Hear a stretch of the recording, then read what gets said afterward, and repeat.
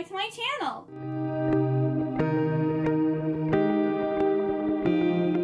So today I'm going to be doing my August book haul, and I'm also going to be unboxing the August Fairy Loot YA box. So let's start off with that.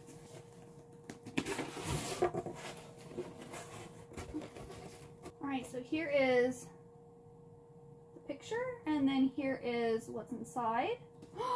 A Belladonna tumbler! Oh my goodness. The Belladonna book was okay. It was interesting enough that I'm going to keep getting the series, but like, I like the vibes more than the story. Oh, oh, this is nice. This is really nice. So it comes with a, I don't know if it's a glass or a plastic straw. I guess it's glass because this is, no, I think this is a plastic straw and then this is a glass tumbler, but that's okay. These are like really popular right now. So now I have one. It says, "You are mine and I am yours, and together this world is ours." So there is the glass tumbler. Oh, that is so nice. I've been seeing a lot of people using these, but I haven't seen them in stores, and I haven't felt the urge or the need to purchase one. But since I got in a Fairy Loot box, I will definitely be using this. So that was designed by Saintry. And then we have bookends! Oh, these are cool. They have like a skull on them. That is very nice. So there's actually two. I love having bookends. Oh, these are gorgeous. So these are by Jez Hawk, and they are inspired by Gideon the Ninth. And they will ensure your ever-growing stack of books does not topple over. So I haven't read Gideon the Ninth, and I have no plan to, but these are really nice bookends. And I guess that makes sense. The 9 on the skull, Gideon the Ninth. Ooh, book tabs. Oh, these are pretty. So these are bone season book tabs, and it looks like it even has like a ruler for like underlining and stuff. These look really nice. Now the only thing is, I do not annotate my books.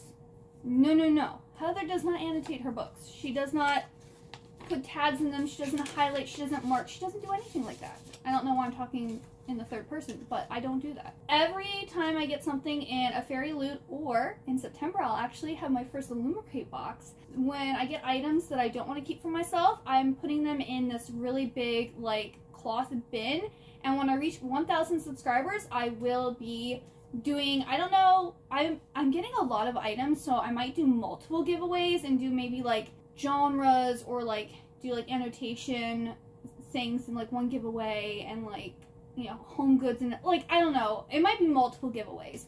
But the point is, I have to reach 1,000 subscribers before I do this giveaway. But this will be going in that future giveaway.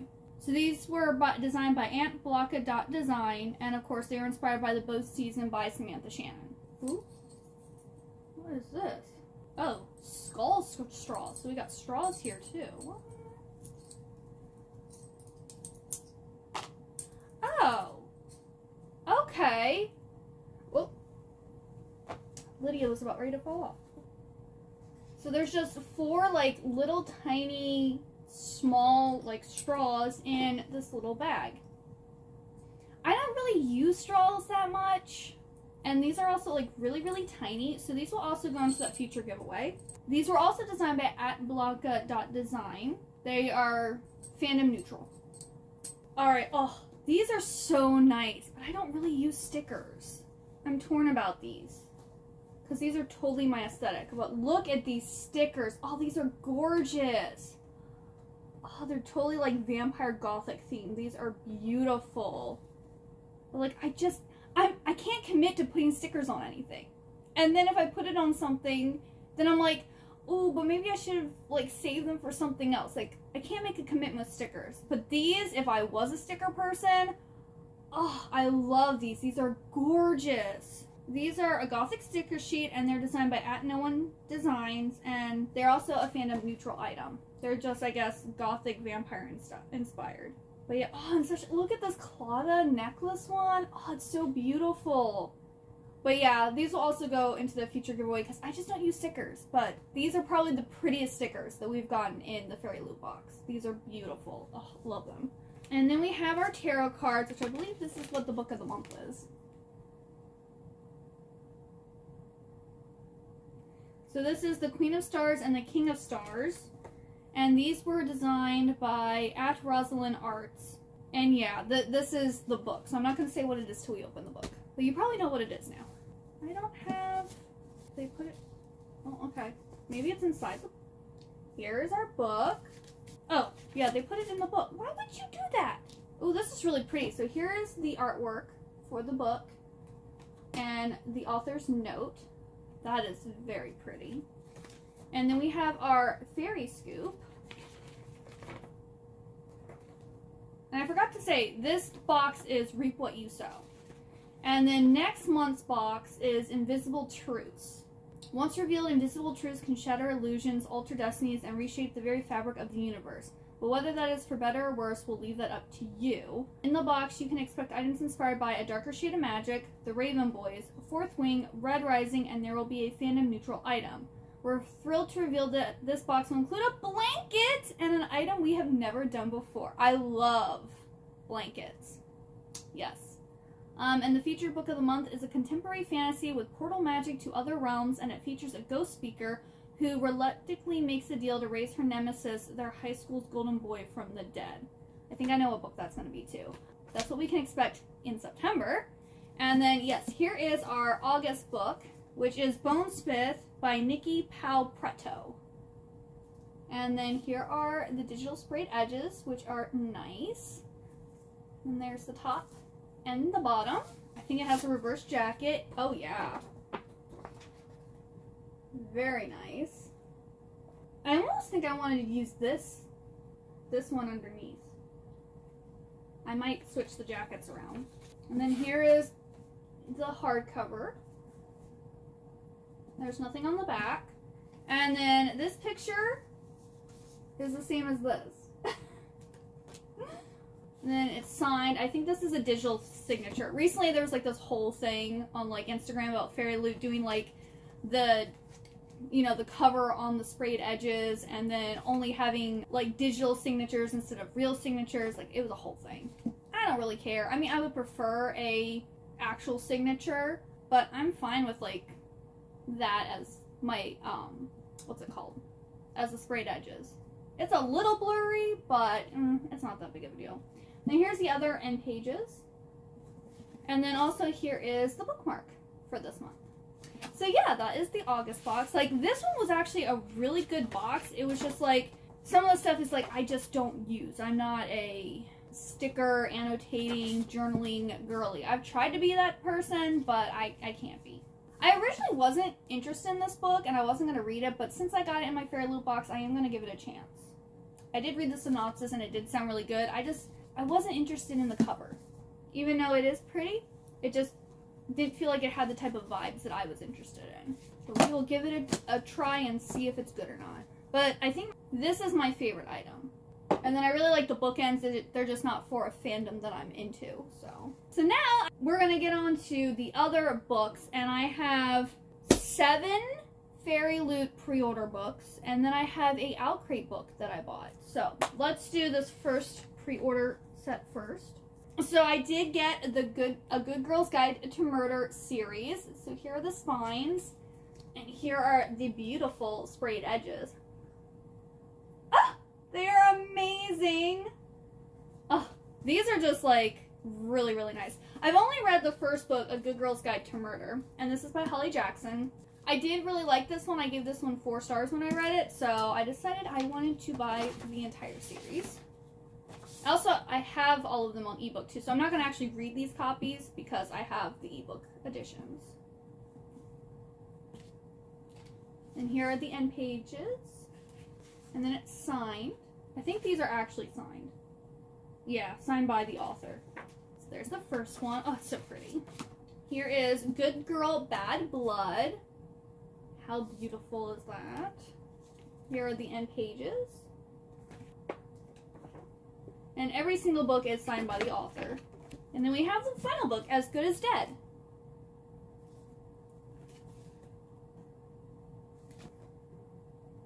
Yeah, very, very nice. These are beautiful books. I need to read more of the series. Hopefully I can do that this fall. Then the next trilogy I got, I was so happy that these reprinted because they originally had the first book in this series in one of the book boxes, but I wasn't subscribed when it happened. And then I held off on buying the third book because I was like, well, maybe I can find the other two online. And then they re-released all three of them. I was so happy. So that is The Last Hour series by Cassandra Clare. I'm so excited. Oh, they're so beautiful. Absolutely gorgeous. Love them. And I also like that they don't have dust jackets. Like, I think that just makes the book look so, like, sleek and expensive when they don't have that. So here is the cover. And then they don't have any special end papers, unfortunately. And I think it's a stamped signature. But yeah. Oh, I'm so happy I have these. I am a huge Cassandra fangirl, and I just love the books. So yeah. And here is Chain of Thorns. Oh, love them. So now I have all of the first edition printings. I have the Fairy Loot special editions, and I have the first book of the Barnes & Noble, like, special editions that they did. Well, I only have the first book. I'm waiting for Chain of Iron to come out. I hope they do. I hope they don't just print the first book and then not do any more. Because what's the point of just having one special edition? Caraval has one special edition. Throne of Glass has one special edition. Like, do the whole series, not just the first book. That's lazy. And then the last Fairy Loot special edition is Never a Hero by Vanessa Len. So this is the sequel to Only a Monster. Yeah, I haven't been telling you what these books are about. Wow, I'm failing. Okay, well, we'll talk about this one and then we'll go back and talk about the other books. Here's the cover and the spine. And then here are the end papers. Ooh, are we going to get another ball scene? That's really pretty.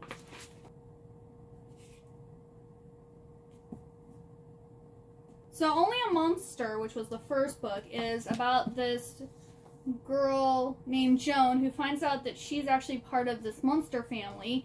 They're monsters because they steal, like, life from people so that they can travel in time. And it's one of those things, like, they're compelled to do it. Like, they kind of have to, time travel. And then there is a hero, the one hero who is actually a monster hunter. And she, like, they have fallen in love with each other. And so there's, like, this conflict of, can he kill her? There's, like, this whole thing at the end that happens, and she has to make a decision. He has to make a decision type of thing.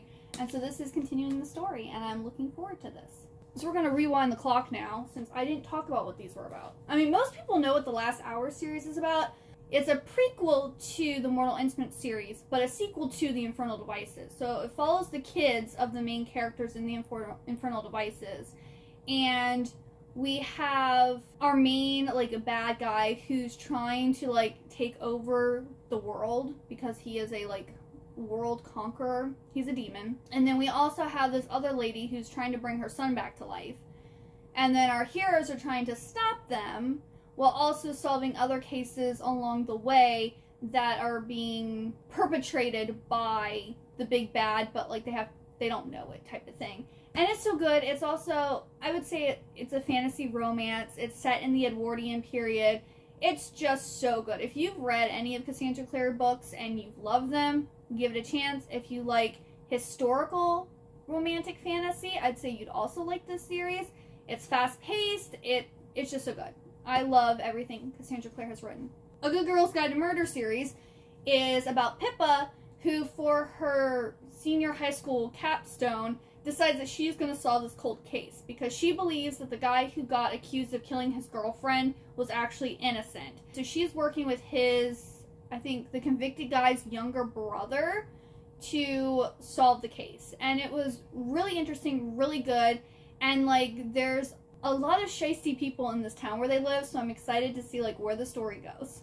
And then Bonesmith is a dark young adult fantasy about a disgraced ghost-fighting warrior who must journey into a haunted wasteland to rescue a kidnapped prince.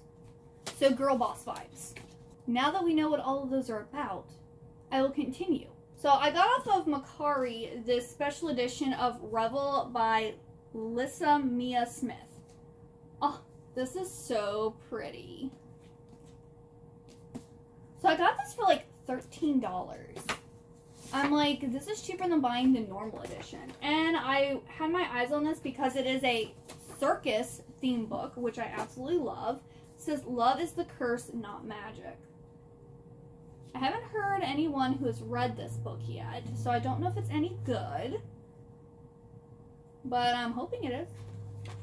And then we have the author's note, we have the author's signature, and then on the island of Charmant, magic flows like bootleg champagne, and fantasies can be bought for the price of a gemstone. I believe this takes place during the 1920s, which really isn't my favorite period. I really don't like reading about the 1920s. I'm making an exception for a circus theme book. But Lux Revel, star of her family's fantastical show, knows the splendor is just an illusion. With prohibition threatening their livelihood, her family struggles to make a living watering down champagne and patching holes in their sequin costumes. So when the son of Charmant's wealthiest family makes Lux an offer, all the liquor the Revels need to stay in business, in exchange for posing as his girl and helping him become mayor, she can't refuse. The moment Jamison Port sets foot in Charmant, he can't shake the feeling of familiarity, an orphan with as few memories as gemstones. He's desperate to learn what happened to his parents, but as he delves into the island's secrets, he risks angering the wrong person and discovering a truth that just might break his heart. When Lux and Jamison accidentally meet, the sparks that fly are more than her magical enchantments. But keeping secrets from powerful people is a dangerous game, one that could destroy them both. That didn't say anything about a circus, but like, this picture definitely takes place at like a carnival circus type thing. So maybe they have a circus that does alcohol? I don't know. Guess I'll find out when I read it. So that's it of the special edition, so we're going to go to regular books now. I got Together We Rot by Skyla Arndt, and I heard this is a horror fantasy, which I don't think I've ever read a horror fantasy before, and I'm super excited to read this one. And look at this cover, it is gorgeous. So it says, she may have helped him escape his family's cult, but the woods won't let him go so easily.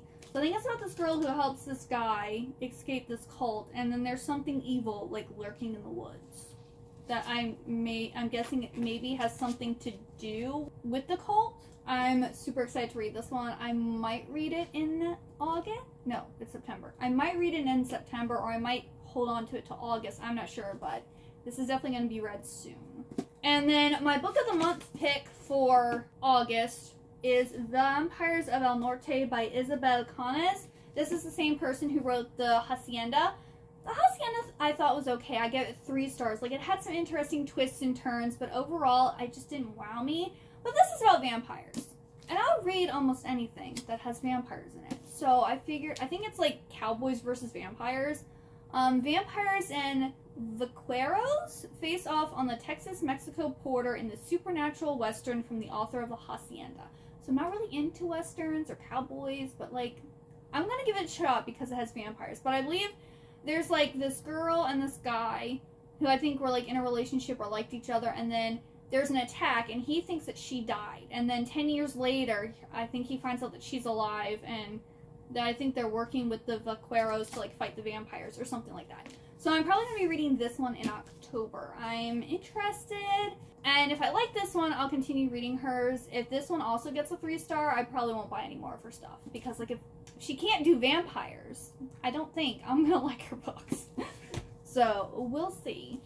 And then I did do an add-on. I got The Invisible Hour by Alice Hoffman. I've never read Alice Hoffman before. I don't really read a lot of like witchy books, so I never was like compelled to pick up. I think she did Practical Magic, but this one sounded really good because I think it's based around a book. This is about a fierce heroine whose life is saved by a book and its author, even though they live hundreds of years apart. It's about this girl whose life is changed by like The Scarlet Letter by Nathaniel Hawthorne. So I'm guessing it might have like themes of adultery in it. I don't really want to know that much, but I like that idea of like really being like a fan of a book and like it changing your life, and you know, it just sounded really good. And I also really like the cover too. It's a very pretty cover. And then the bookmark is my books think I'm cool. I hope they do. Maybe. And then I got the American Girl Courtney doll. When you buy an American Girl doll, if it is one of the historical girls, you get one of their stories. So I got Courtney 1986, which is Courtney Changes the Game. And I did read this already. I gave it 4 stars. It was really cute. It's very sweet. But we basically have Courtney, who is living in 1986, and her mom is trying to become mayor. Her parents are divorced, and her dad got a job several hours away. So she is not going to be able to see him every weekend like she currently does. And she's like struggling with that. And then her and her sister, her stepsister, have to share a room, and there's like some conflicts going on there because her stepsister's mom died, so she doesn't even, like, she can't even see her mom anymore. The stepsister's jealous of Courtney, and then Courtney also has, like, this thing at school that she's doing, and it's just really cute. I like this. It was good. I think Courtney has one other book right now, and I'm also thinking about doing a haul just to show you Courtney and all of her cool clothes and accessories and everything. So look out for that. I might wait till I actually have all of her items. Or, I'm not getting all of them, but, like, all the items that I want of hers. So that haul might not come till, like, December. Because I'm slowly accumulating her things. Because American Girl clothes aren't cheap. And some of the outfits are retired, so I'm having to buy them secondhand, so. And then Carissa Broadbent, who is taking the book world by storm, has also taken my heart. I think I hauled The Serpent and the Wings of Night in July. And the rest of the books that I ordered have come. So I have Six Scorched Roses by Carissa Broadbent. This is the novella that takes place between The Serpent and the Wings of Night and The Ashes and the Star-Cursed King. And this is kind of like a Beauty and the Beast retelling about this girl, I think her name's Lilith? Yeah. This girl named Lilith who is trying to find this cure for this plague that has taken over her town. And she ends up going to the local vampire named Val and exchanging these roses for vials of his blood. And then she ends up having to spend more time with him because she gets attacked and injured, and they kind of fall in love. And yeah, it was cute. I gave this one 3 stars. And then I got The Ashes and the Star-Cursed King. This is the sequel to The Serpent and the Wings of Night. Here's the cover. So pretty. I should probably also show you the cover of this one too. They're all very pretty. So here's this one. Like, doesn't that give you Beauty and the Beast vibes? 100%. So in The Serpent and the Wings of Night, we have Aurea, who is the human daughter of the Vampire King. And she is competing in the Kajari so that she can potentially win and get a wish. And she ends up teaming up with this vampire named Rain, and they become allies, and then they, like, have a relationship, and then, like, stuff happens from there. I think it was 4 books from my I read 4 books from my September TBR already, and I have veered away, and I have started reading this one. I am on page 119 currently, and I'm really liking this. It picks off right where the first book left off, and I'm excited to see where this will go, because currently, in this one, Rain and Aurea are enemies. I'm not going to tell you why, but they're enemies. So they're like enemies to lovers to enemies, and hopefully they're going to go back to lovers? That's my hope. We'll see what happens, but yeah. Love this series. It was so good. It's so good. And then I got Slaying the Vampire Conqueror, which is Mortal Enemies to Monster Lovers, and this is also by Carissa Broadbent. Ooh, look at that. Ain't that pretty? So this is a book that's part of a series that other people wrote. So it's a fierce heroines and human heroes love that can turn the tides of fate. And there's 5 novels that were written by 5 different authors. So we have Slaying the Vampire Conqueror by Carissa Broadbent, Slaying the Shifter Prince by Claire Sager, Slaying the Forest King. They're all about slaying some type of supernatural dude. But this one specifically is about Selena, who has sacrificed everything for her goddess, her soul, her freedom, her eyes. Life and service to the Aracheshan, a cult of the goddess of fate, has turned Selena from orphan street rat to disciplined killer, determined to overthrow Galea's tyrannical king. But when a brutal vampire conqueror arrives on their shores, Selena faces an even deadlier adversary. She is tasked with a crucial mission: infiltrate his army, earn his trust, and kill him. Atreus is a terrifying warrior, carving an unstoppable path through Galea. Yet when Selena becomes his seer, she glimpses a dark and shocking past, and a side of him that reminds her far too much of parts of herself she'd rather forget. Selena's orders are clear. The Conqueror cannot live, but as the blood spilled by Galea's tyrant king runs thicker, her connection with Atreus only grows stronger. A connection forbidden by her vows, a connection that could cost her everything. So basically, she's sent to kill this vampire and she falls in love with him. Yes, it sounds so great. Love it. I cannot wait to get to this one. And then the last book I have before we get to a light novel and manga is A Multitude of Dreams by Mara Rutherford. This one I've already read. I gave it 3 stars. I was so excited for this book, but it just didn't hit. So this is basically a retelling of Edgar Allan Poe's The Mask of the Red Death. And I totally saw this in this book. And there is a vampire twist to it. So basically we have our main girl character, Princess Imogen, who has been trapped in the family's palace with all of these nobles for, I think it's 4 years, while this plague has decimated the land. And then we have Nico, who is saved by this lord, and he's been like working as a servant for him in this, I guess, manor. And this girl who's an immaculate comes to visit, and they fear that the lord did something bad to her. And then he's also wanting to do something bad to the people in this castle that people thought everyone in the castle was dead, but they're not. It's a vampire story. But like, it wasn't like scary, and then like the romance wasn't like romantic enough. Like nothing was like powerful enough, you know? Like it was an interesting concept, it was an interesting story, but nothing hit strong enough. So that's why I gave it 3 stars, because I'm like, oh yeah, this is an interesting concept. I did like the book. I read it pretty quickly, but like I don't know, maybe it could have been longer, or maybe it had been like a duology, so we could really have like gotten to know these characters and maybe made it more horrific and like scary. I mean, it is YA, so you can't do too much, but I still felt it needed more. So I was gonna go and get her to sign this, but I don't really want to go to an author and be like, oh, so did you like my book? And be like, you know, I'm not going to do that. I also did her pre-order campaign, so I'm going to get a signed book plate to put in here anyway, so there's no point. Alright, so the one light novel I got is I'm the Villainess, so I'm taming the final boss, and this is volume 6.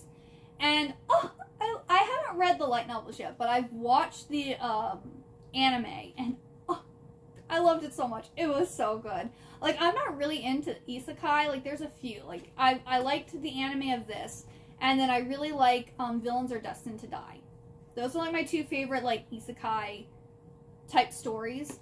So we have this girl gets transported into this Otome game.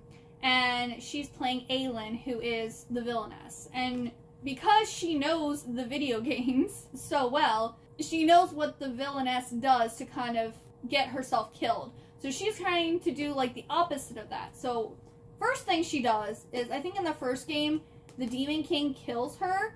So she like pursues the Demon King and gets him to fall in love with her. And that's kind of like the first story. I believe the anime follows the first 3 light novels. And so I don't know where it's going to go from there, because I also have the manga series, which is 3 volumes, and I think that covers the first volume of the light novel. So I kind of want to read it all, but I think it's been less than a year since I watched the anime, so I want to wait a little bit before I reread basically the same story. But I want to keep up to date with it, because I think once I start reading it, I'm just going to want to keep going, because it was so good. Oh, it was so good. I loved it so much. And she's so pretty. I think she's one of my favorite anime girl characters. Like, Saber is one of them, and also Mocha from Rosario and Vampire. That's what it's called. Those are like my 3 top girlies. Love them. Alright, so then I got 2 manhwa, which I've also already read. I got Business Proposal 2, and this is about this office worker who ends up getting tricked by her friend. Well, I guess not really tricked. She gets paid by her friend to go on a blind date with the CEO of her company. She doesn't realize he's the CEO. Then he doesn't know that she works for him, and he decides that he's going to marry the first girl he goes on a date with, which is her, because he doesn't have time to go on blind dates. He's too busy. And so now he's kind of like in love with her, and she's not. And he's like pursuing her, and it's so cute. It's so funny. Here's the artwork if you want to see some of the artwork. But yeah, this is like such a fun series. Oh, it's so good. I gave it 4 stars. And then the other series, the other isekai I was talking about is Villains Are Destined to Die, and this is volume 4, and oh, this literally is the prettiest. Oh. Here's one reason. It's one of my favorites. We get scenes like that, even though this is only teen, okay, for language and violence, so nothing inappropriate. But we basically have this girl who has been abused by her stepfather and her stepbrothers growing up, and she has been playing this like mobile otome game. And she can't beat it on hard. And then one day she wakes up and she is the villainess in this game. And it's very easy for her to die. So her goal is to get, I think it's like 5 guys' affection points to go up. But if they drop below 0, they kill her. So she's like doing all these things to get these guys to like her. But then she's also trying to figure out kind of how to get out of the game. And let me just tell you, all of the men are beautiful. Absolutely gorgeous. And this is just such a fun read. I mean, it's not like super compelling. The story's okay, but like the artwork and the hot men, like if you just want to look at pretty hot men, like this is the series for you. That's all I'm saying. Then I found this new Shoujo Beat manga called Like a Butterfly Volume 1. I decided to pick this up because, well, it was brand new, and I want to collect all the Shoujo Beat manga. And this looks like it's a cute little shoujo. So it says, Suiren Shibazeki is often compared to a beautiful flower, but one that grows on the tallest peak of a mountain, forever out of reach. When Suiren develops feelings for the quiet Taichi Kawasumi, however, she doesn't want to be a distant flower. She'd rather leave her lofty perch and fly toward him like a butterfly. After Kawasumi rescues her from an unwelcome admirer, Suiren finds herself captivated by him. However, Suiren is too shy to speak to anyone, much less this reserved karate boy. Ooh, he's a karate boy! Okay. What's more, Suiren isn't the only one interested in Kawasumi. Will a class trip offer the opportunity to reveal her feelings before it's too late? So I think this is like a high school romance, and it just looks really cute. And then I got the newest volume of Yona of the Dawn, which was volume 29, and so Yona of the Dawn is a like fantasy action story, like kind of like romantasy, but in manga form. And we have Princess Yona, who has been basically had to flee her castle because someone did a coup. And her guard have, like, basically fled, and they, like, I think they, like, recruit, like, a whole bunch of people to, like, maybe help her fight back and save her kingdom. I haven't read the manga, and I've only watched, like, the first 3 episodes of the anime, but, again, it's Shoujo Beat. It's, like, romantasy. I know I'm going to love this when I finally, like, get around to it. Then I got the most recent volume of Komi Can't Communicate, volume 26. I feel like they come out with a volume every single month of this. It just keeps coming. I've talked about this so much on my channel, but Komi Can't Communicate is about this really shy girl who has extreme social anxiety to the point where she can't talk. And this guy in class befriends her and is helping her try to make 100 friends, I guess, before she graduates high school. So that's what this is about. Then we have Something's Wrong with Us by Natsumi Ando. This is another one. I think it comes out like every other month, so I talk about this series a lot too. I believe this is the last in like the official series because volume 17 has like a little like, what do you call it? Like a little title underneath of it. So it's like Something's Wrong with Us, and then there's like something else. So I think this is the end of the official series, and then the following series are going to maybe be like sequel, like one-off books or something like that. But this is basically about this girl who believes that this guy killed her mother. And it's apparently a spine-chilling, steamy romance. It's by Natsumi Ando, and that's all I need to know. If she wrote it, I will read it. Then I got Marmalade Boy of Volume 3. This is the collector's edition. Oh, love it. This is the newly translated edition. And This is definitely my favorite anime. I don't know if it's my favorite manga, but it's my favorite anime, and I'm interested to see what this edition, since it's newly translated, what they're gonna do, like if they're gonna like modernize it in some way, because this did originally come out in the 90s, and it is like a step sibling romance, which some people see as taboo and they don't like that, but like they're teenagers, they didn't grow up together. But basically this is about Miki and Yu, and their parents go on this, I think it's a cruise or a trip or something like that. And while on this trip, they decide that they're going to swap partners. And they don't want the kids to be missing one of, or I should say the teenagers. They don't want the teenagers to be missing one of their parents. So they decide they're all going to live in this house together. And then there's also kind of like a taboo relationship with Miki's best friend and a teacher. And Miki has a best guy friend who's also in love with her. And there's just like so much drama, so many taboo romances. It's so good. It's so good. I love this series so much. The 4th and final collector's edition comes out in December, so I'm going to be binge reading all of this in December and see, you know, what they did, how they changed it up, because I'm interested to know.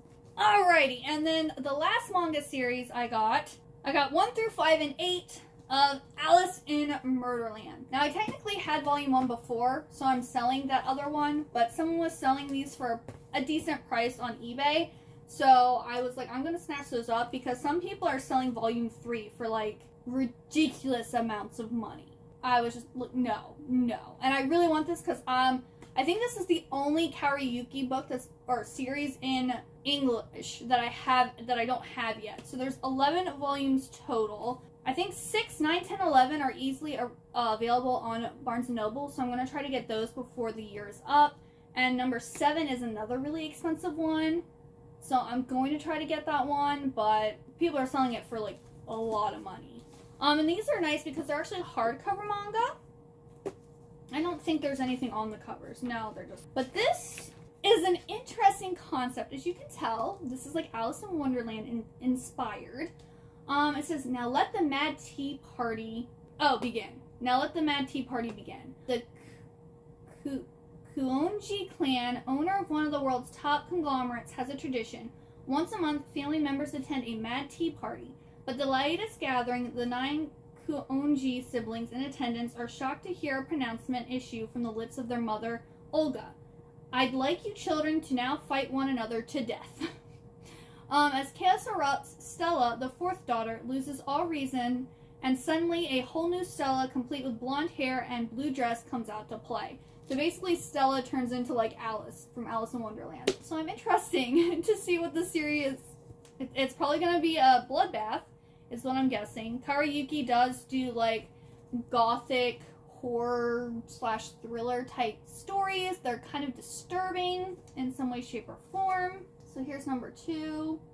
We got number 3, 4, 5, and number 8. So yes, I'm happy I have over half. Yeah, because I have 6 and there's 11. So I have 5 more volumes to get to have all of this, and then I will have all of Karaoke's backlog, pretty much. That is everything that I got in August, but actually a lot of these I actually bought in July. They just didn't arrive till after I did my July book haul. But I have a total, earlier I counted 29, but then I forgot A Multitude of Dreams. That was on my, so I actually have 30 books. So in July I had 31, and this month I have 30. But one of them came with a doll. So I didn't technically buy it. Well, I did buy it, but I only have it because I bought it with a doll. But yeah, that is everything. Thank you so much for watching. If you like this video, please like and also subscribe. Also, if you want to enter into that future giveaway, you do have to be subscribed to my channel. And also, the more people who subscribe, the sooner we'll get to 1,000 subscribers, so I can actually do the giveaway. Let me know what you've gotten recently, and if there's any new releases that you're excited for. There's some really good books coming out, so like drop the new releases you're excited for, because you know it might spark my interest to get them myself. And I hope you have a wonderful good day or night, and I hope to see you next time.